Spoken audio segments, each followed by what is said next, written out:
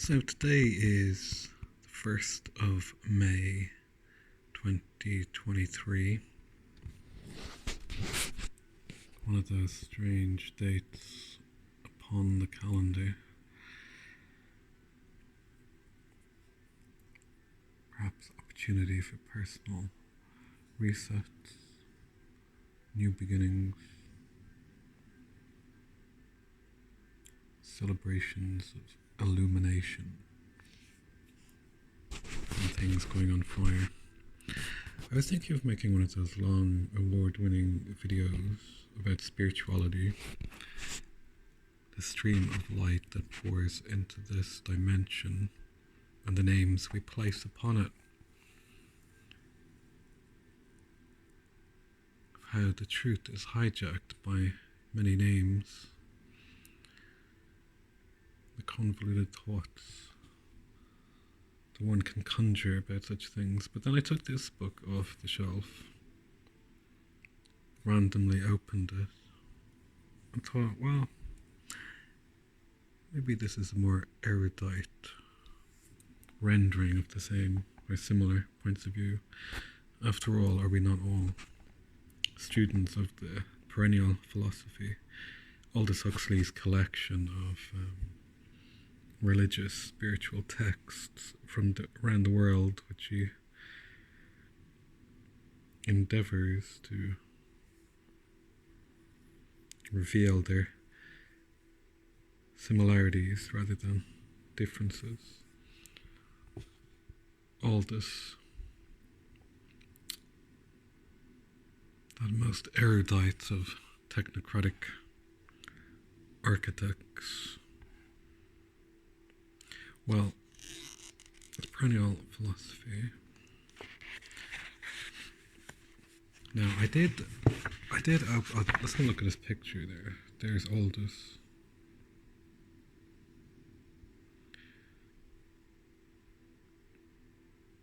Same day he died in 1963 as JFK, and was it Tolkien? He died on the same day, or was it one of these inklings? Anyway. Now, I had randomly opened it on chapter 24, Ritual, Symbol and Sacrament, so you'll have to believe such synchronicities are possible. Now, I point out to younger viewers that the Roman numerals XXIV or 24, younger viewers won't realise that prior to 9/11 we all wrote in Roman numerals and spoke Latin. Since then, of course, we just download everything. Oh, and this is a book, remarkable archaic artifact of organic technology that requires you to read it. Doesn't even scroll. Actually used to be a tree. Okay, enough of that. Let's have a look. It starts with the extract, a little quote from the Upanishad, Hindu collection. Since everything connected with the sacrifice is pervaded by death and is subject to death, by what means can the sacrificer overcome death? By the knowledge of the identity between the sacrificer, the fire, and the ritual word. For the ritual word is indeed the sacrificer, and the ritual word is the fire. And the fire which is one with Brahman is the sacrificer. This knowledge leads to liberation. This knowledge leads one beyond death. Now we'll move on to Mr. Huxley's observations. In other words, rites, sacraments, and ceremonials are valuable to the extent that they remind those who take part in them of the true nature of things. remind them of what ought to be, and if only they would be docile to the immanent and transcendent spirit of what actually might be their own relation to the world and its divine ground. Theoretically, any ritual or sacrament is as good as any other ritual or sacrament, provided always that the object symbolized be in fact some aspect of divine reality, and that the relation between symbol and fact be clearly defined and constant. In the same way, one language is theoretically as good as another. Human experience can be thought about as effectively in Chinese as in English or French. But in practice, Chinese is the best language for those brought up in China, English for those brought up in England, and French for those brought up in France, and obviously American for those brought up in Ireland. It is, of course, much easier to learn the order of a rite and to understand its doctrinal significance than to master the intricacies of a foreign language. Nevertheless, what has been said of language is true, in large measure, of religious ritual. For persons who have been brought up to think of God by means of one set of symbols, it is very hard to think of Him in terms of other, and in their eyes, unhallowed sets of words, ceremonies, and images. Now we have a little extract of the Diamond Sutra. The Lord Buddha then warned Subhuti, saying, "Subhuti, do you think that the Tathagata ever considers in his own mind, I ought to enunciate a system of teaching for the elucidation of the Dharma? You should never cherish such a thought. And why? Because if any disciple harbored such a thought, he would not only be misunderstanding the Tathagata's teaching, but he would be slandering him as well. Moreover, the expression, a system of teaching, has no meaning, for truth in the sense of reality cannot be cut up into pieces and arranged into a system. The words can only be used as a figure of speech." That's actually how the Buddha spoke, by the way. So now we return to Mr. Huxley's observations on the perennial philosophy.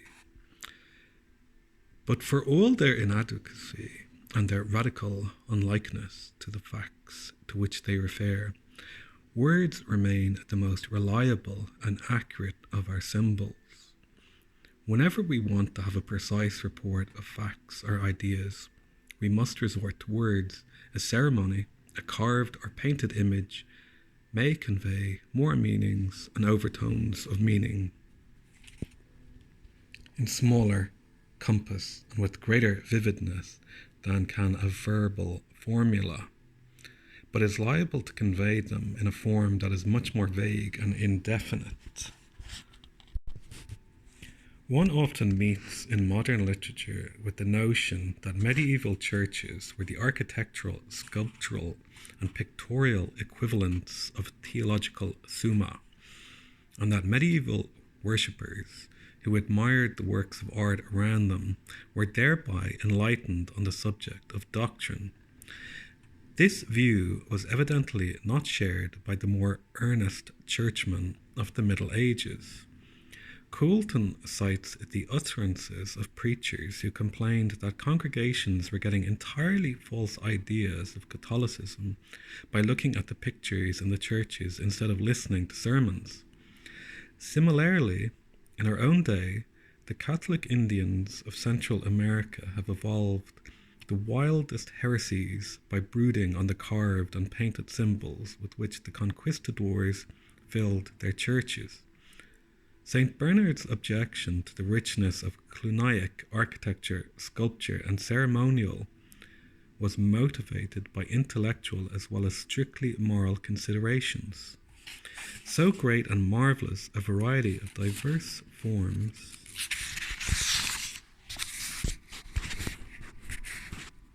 meets the eye that one is tempted to read in the marbles rather than in the books, to pass the whole day looking at these carvings one after another rather than in meditating on the law of God. It is in imageless contemplation that the soul comes to the unitive knowledge of reality. Consequently, for those who, like St. Bernard and his Cistercians, are really concerned to achieve man's final end, the fewer distracting symbols, the better. Now another quote from the Bhagavad Gita. Most men worship the gods because they want success in their worldly undertakings. This kind of material success can be gained very quickly by such worship here on earth. Among those who are purified by their good deeds, there are 4 kinds of men who worship me: the world-weary, the seeker for knowledge, the seeker for happiness, and the man of spiritual discrimination. The man of discrimination is the highest of these. He is continually united with me. He devotes himself to me always, and to no other. For I am very dear to that man, and he to me. Certainly, all these are noble, but the man of discrimination I see as my very self, for he alone loves me, because I am myself, the last and only goal of his devoted heart. Through many a long life, his discrimination ripens. He makes me his refuge, knows that Brahman is all. How rare are such great ones! Men whose discrimination has been blunted by worldly desires establish this or that ritual or cult and resort to various deities according to the impulse of their inborn nature. But no matter what deity a devotee chooses to worship, if he has faith, I make his faith unwavering, endowed with the faith I give him. He worships that deity and gets from it everything he prays for. In reality, I alone am the giver. But these men of small understanding pray only for what is transient and perishable. The worshippers of the devas will go to the devas. Those who worship me will come to me. The Bhagavad Gita. Well, I think now you're enlightened, the best thing to do would be to enjoy the indigenous festivities of the day.